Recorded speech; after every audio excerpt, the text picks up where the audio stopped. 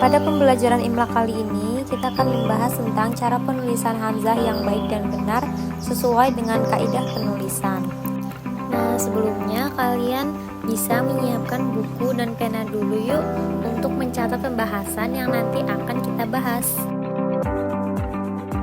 Hamzah biasanya terletak di 3 bagian.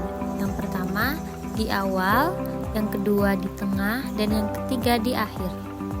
Hamzah yang berada di awal terbagi menjadi 2 bagian. Yang pertama ada hamzah wasol dan yang kedua yaitu hamzah qat'i. Pada hamzah wasol ditulis menggunakan alif tanpa tanda hamzah. Biasanya terdapat pada beberapa fiil. Yang pertama terdapat pada fiil amar yang terdiri dari 3 huruf, 5 huruf, dan 6 huruf. Lalu terdapat pada fiil madi yang terdiri dari 5 huruf dan 6 huruf. Lalu terdapat juga pada masdar yang terdiri dari 5 huruf dan 6 huruf. Seperti contoh istama'a. Lalu yang kedua adalah hamzah qat'i. Hamzah qat'i ditulis menggunakan alif beserta tanda hamzahnya. Seperti contoh ahmadu. Lalu yang kedua ada hamzah yang berada di tengah. Biasanya dapat ditulis dengan 4 macam keadaan. Yang pertama, hamzah ditulis di atas huruf alif apabila huruf sebelumnya berharokat fathah. Contohnya ro'sun. Lalu yang kedua, hamzah ditulis di atas huruf wawu apabila hamzah tersebut berharokat dhammah dan huruf sebelumnya berharokat sukun. Contohnya mas'ulun. Kemudian hamzah juga dapat ditulis di atas huruf wawu apabila hamzah berharokat fathah dan huruf sebelumnya berharokat dhammah. Contohnya fuadun.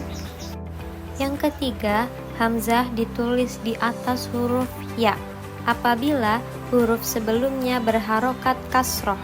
Contohnya al-qari'una. Yang keempat, hamzah ditulis munfaridah atau sendirian apabila hamzah tersebut terletak setelah alif atau sebelum alif.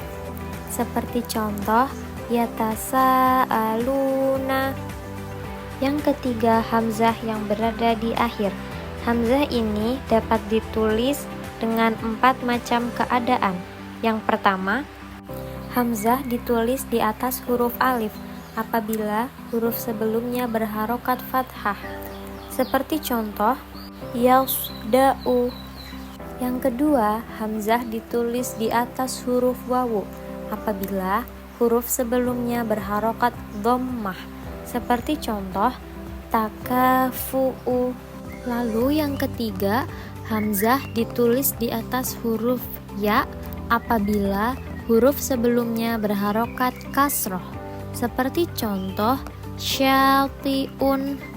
Lalu yang keempat, hamzah ditulis munfaridah atau sendirian apabila hamzah yang tidak ditulis di atas alif, wawu, atau ya dan jatuh setelah berharokat sukun.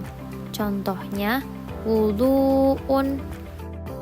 Nah, gimana nih? Apakah kalian semua sudah paham? Selanjutnya, yuk kita mulai latihan imla. Sebelumnya, kalian siapkan buku dan pena dulu ya.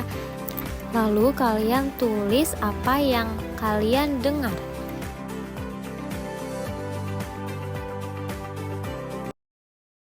Qara'a hani'un kitaban nafi'an.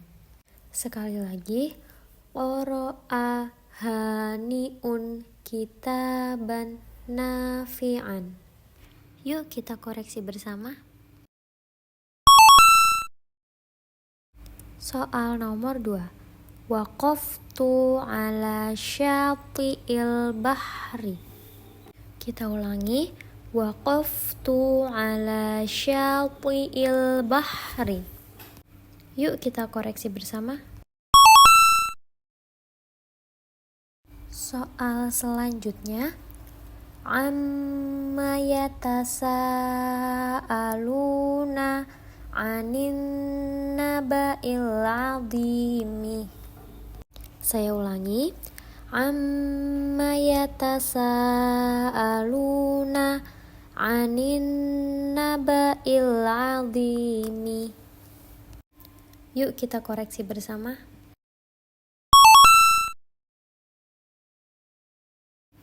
Lalu soal selanjutnya.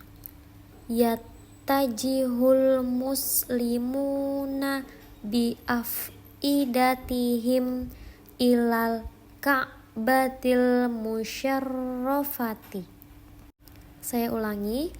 Yattajihul muslimuna biaf'idatihim ilal ka'batil musyarrafati.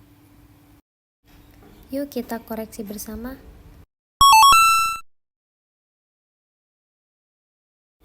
Lalu soal selanjutnya. Asyhadu an la ilaha illallah. Saya ulangi. Asyhadu an la ilaha illallah. Yuk kita koreksi bersama.